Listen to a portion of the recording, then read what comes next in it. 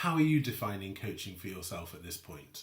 How are you defining it, and what are the core elements that you're looking to achieve in a coaching conversation? The clearer idea, the mental model we have of what we're trying to achieve, the better job we're likely to do of achieving it. This question is also going to become really key when we think about ethics and staying within our ethics in a coaching conversation. If we're really clear about what our coaching is, what it's for, what we're trying to do, then it makes it much easier for us to stay within our boundaries. And also it's really important in terms of how we're going to continue to develop mastery. What does success look like, and how do we continually improve towards achieving those objectives? So if you could stop the video now and just take a few minutes to think, how are you defining coaching for yourself at this point? And what are the core elements that you're aiming to achieve through coaching conversations? In case it's interesting or useful for you, I'll share my current definition of coaching that I'm using for myself at this point in my coaching journey, which is to help clients focus their attention, to raise their awareness, to maximize their proactivity and develop potential. And each part of that is important for me. It's about focusing attention, so anything that I think is going to help a client to focus their attention is valid and important and useful. And why and how are we focusing that attention? It's to raise awareness. It's to get more information from within and from without, internal feedback, external feedback, and it's to help them to be maximally proactive, which for me is about taking responsibility for what's within your sphere of influence, what's within your control, what can you do. It's not being passive, but it's working out what do we want and how we're going to move towards it, helping people to really be in the driving seat of their life, of their career, of moving towards their goals. And it's underpinned by this belief that as we do that, we can develop and unlock more of our potential. And that is how I believe we make a positive, important, crucial, creative contribution to the world. So that's my context.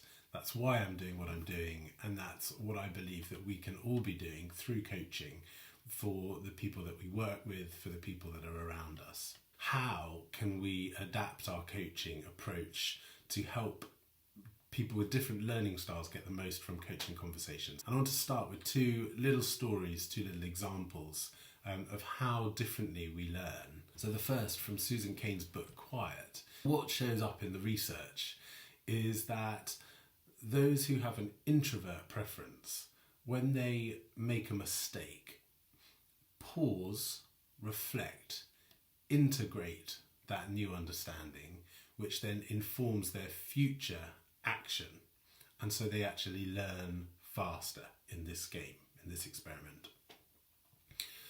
Whereas the extroverts in this study, who are more goal-oriented and more action-biased, more eager to get into action, they actually, after they make a mistake, speed up and end up repeating the same mistake more often. It's like they experience it as a delay, and then they want to double their pace to try and get towards their goal.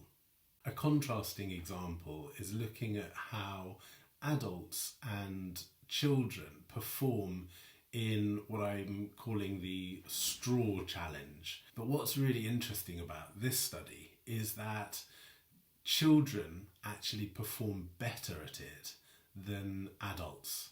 And that's because when the children are thrown this task, they quickly get into action and they produce a first iteration of a design.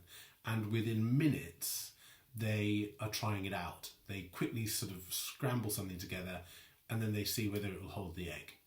And, nearly 100% of the time, it doesn't hold the egg, but they learn through that action and getting that feedback, and they realise, let's put another straw on this side and strap it on to reinforce it, and then let's have another go, and it probably doesn't work, it falls over.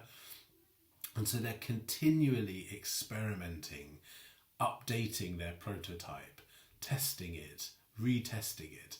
And by the end, they've got something that may look pretty ugly, but it performs the job that they've been asked to do. Adults, by contrast, they all get into a committee. They take 80% of the time to theorize.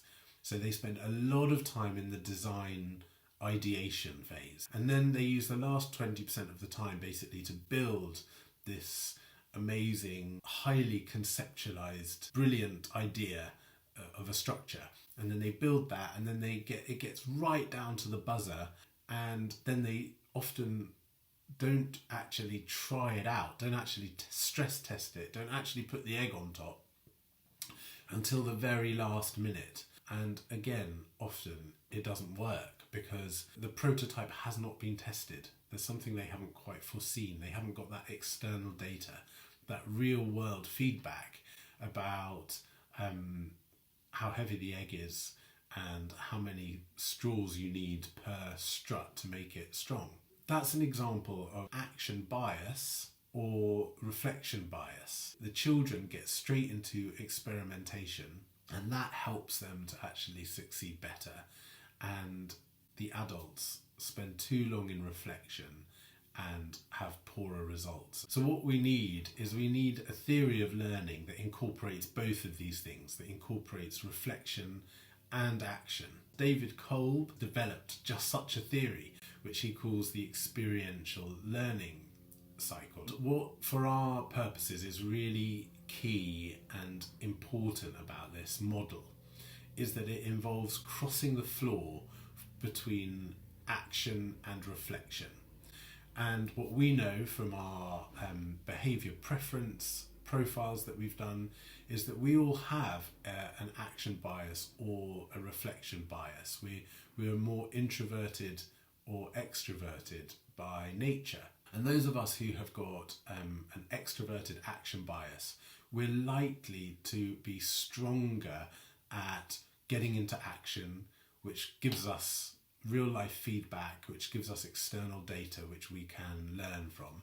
The weakness is that people with an action bias may not take time to reflect and analyse on that data to enrich and improve their action. The flip side is that people with a reflection bias can be very good at the reflecting and hypothesizing piece, but they can fail to get into active experimentation that would give them data and feedback that would lead to new experience. So what we need is both.